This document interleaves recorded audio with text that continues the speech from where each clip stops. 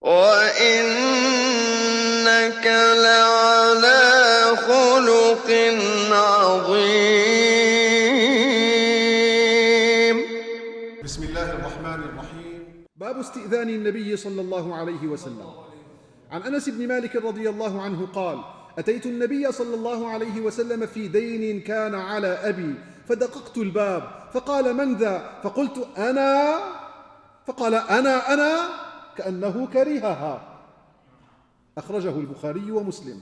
عن عبد الله بن بسر رضي الله عنهما صاحب النبي صلى الله عليه وسلم قال: كان النبي صلى الله عليه وسلم إذا أتى المنزل لم يأته من قبل الباب، ولكن يأتيه من قبل جانبه حتى يستأذن. كان النبي صلى الله عليه وسلم إذا أتى المنزل لم يأته من قبل الباب، ولكن يأتيه من قبل جانبه حتى يستأذن. أخرجه أحمد وأبو داود والبخاري في الأدب المفرد وأبو الشيخ. عن أنس بن مالك رضي الله عنه أن أبواب النبي صلى الله عليه وسلم كانت تقرع بالأظافير. أخرجه البخاري في الأدب المفرد وأبو نعيم في تاريخ أصبهان والبزار والحاكم والبيهقي في شعب الإيمان. باب فعل النبي صلى الله عليه وسلم عند نزول المطر. عن أنس بن مالك رضي الله عنه قال: أصابنا ونحن مع رسول الله صلى الله عليه وسلم مطر. قال: فحسر رسول الله صلى الله عليه وسلم ثوبه حتى أصابه من المطر، فقلنا: يا رسول الله لم فعلت هذا؟ قال: لأنه حديث عهد بربه تعالى. أخرجه مسلم. عن أم المؤمنين عائشة رضي الله عنها أن رسول الله صلى الله عليه وسلم كان إذا رأى المطر قال: صيبا نافعا، أي اللهم اجعله صيبا نافعا. أخرجه البخاري. باب فعل النبي صلى الله عليه وسلم عند هبوب الريح. عن أنس بن مالك رضي الله عنه قال: كانت الريح الشديدة إذا هبت عرف ذلك في وجه النبي صلى الله عليه وسلم. أخرجه البخاري. عن أم المؤمنين عائشة رضي الله عنها قالت: كان النبي صلى الله عليه وسلم إذا عصفت الريح قال: اللهم إني أسألك خيرها وخير ما فيها وخير ما أرسلت به، وأعوذ بك من شرها وشر ما فيها وشر ما أرسلت به. أخرجه مسلم. باب استحباب النبي صلى الله عليه وسلم الفأل. عن عبد الله بن عباس رضي الله عنهما قال: كان رسول الله صلى الله عليه وسلم يتفاءل ولا يتطير، وكان يحب الاسم الحسن. أخرجه أحمد وأبو الشيخ. باب رفق النبي صلى الله عليه وسلم بالحيوان. عن أم المؤمنين عائشة رضي الله عنها أن النبي صلى الله عليه وسلم كان يصغي للهرة الإناء فتشرب ثم يتوضأ بفضلها. أخرجه الدارقطني بإسناد صحيح.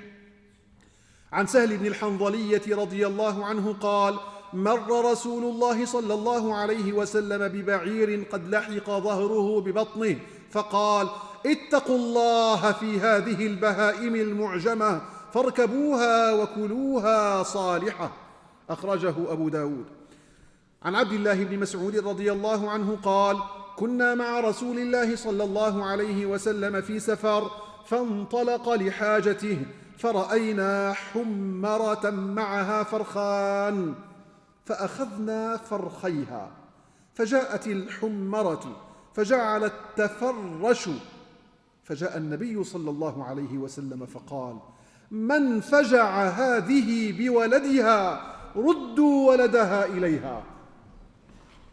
من فجع هذه بولدها ردوا ولدها إليها. ورأى قرية نمل قد حرقناها فقال: من حرق هذه؟ قلنا: نحن. قال: إنه لا ينبغي أن يعذب بالنار إلا رب النار. إنه لا ينبغي أن يعذب بالنار إلا رب النار. أخرجه أبو داود. عن أبي هريرة رضي الله عنه أن رسول الله صلى الله عليه وسلم قال: بينما رجل يمشي بطريق اشتد عليه العطش فوجد بئرا فنزل فيها فشرب ثم خرج فإذا كلب يلهث يأكل الثرى من العطش فقال الرجل: لقد بلغ هذا الكلب من العطش مثل الذي بلغ مني، فنزل البئر فملأ خفه ماء ثم أمسكه بفيه حتى رقي فسقى الكلب فشكر الله له فغفر له. قالوا: يا رسول الله، وإن لنا في هذه البهائم لأجرا؟ فقال: في كل كبد رطبة أجر. أخرجه البخاري ومسلم. عن عبد الله بن جعفر رضي الله عنهما قال: أردفني رسول الله صلى الله عليه وسلم ذات يوم خلفه فأسر إلي حديثا لا أخبر به أحدا أبدا، وكان أحب ما استتر به رسول الله صلى الله عليه وسلم لحاجته هدف أو حائش نخل. قال: فدخل يوما حائطا من حيطان الأنصار فإذا جمل قد أتاه فجرجر وذرفت عيناه، فمسح رسول الله صلى الله عليه وسلم سراته وذفراه فسكن. فقال: من صاحب هذا الجمل؟ فقال: من صاحب الجمل؟ فجاء فتى من الأنصار فقال: هو لي يا رسول الله. فقال: أما تتقي الله في هذه البهيمة التي ملككها الله؟ إنه شكا إلي أنك تجيعه وتدئبه. أخرجه أبو داود وأحمد واللفظ له. باب حرص النبي صلى الله عليه وسلم على الماء.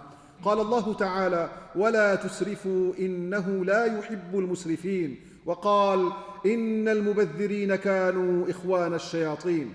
عن أنس بن مالك رضي الله عنه قال: كان رسول الله صلى الله عليه وسلم يتوضأ بالمد ويغتسل بالصاع إلى 5 أمداد.